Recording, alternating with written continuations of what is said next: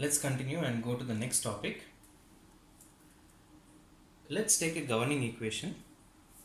Okay, let's say that we have temperature which is varying in time and space. Okay, alpha is the thermal diffusivity and this is our 1D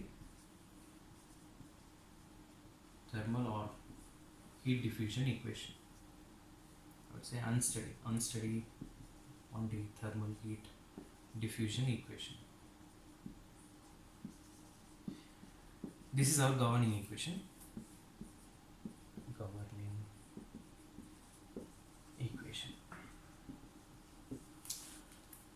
Fine.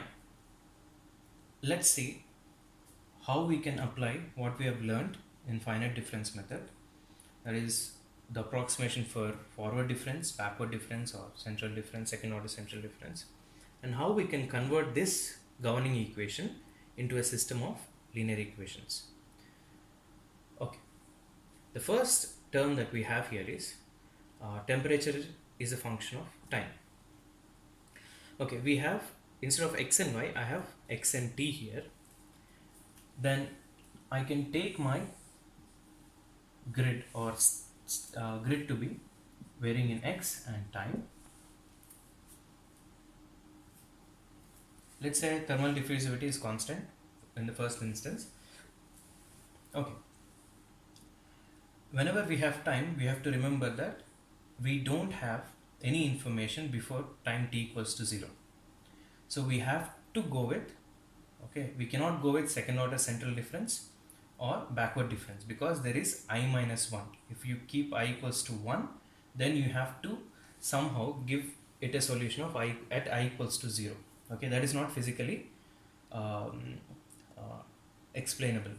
So the best way, mostly people what they do is, for time they apply forward difference. Okay, instead of x and y, we have time as a independent variable. So I can expand or I can approximate this term as t at n plus 1 time step minus t at nth time step by delta t, say at point I. See, space indices are written at subscripts, that is at the bottom of the symbol, and temperature subscripts are written as superscripts. Okay, temperature indices are written as superscripts.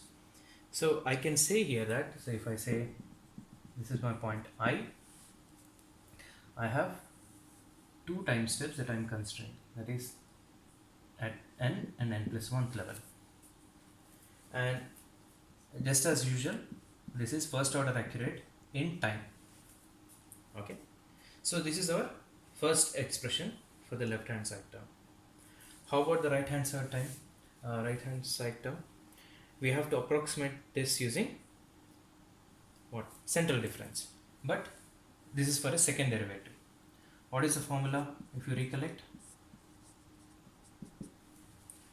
T at n plus 1 at nth time, I plus 1 minus 2t at nth time plus t nth time step I minus 1 by delta x square, and this is second order accurate in with respect to delta x.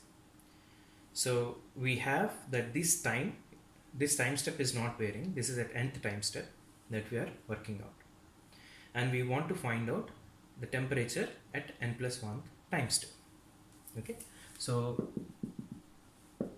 I am considering I minus 1 point and I plus 1 point. Okay, so let me assemble all this term and plug it into my governing equation and see what happens.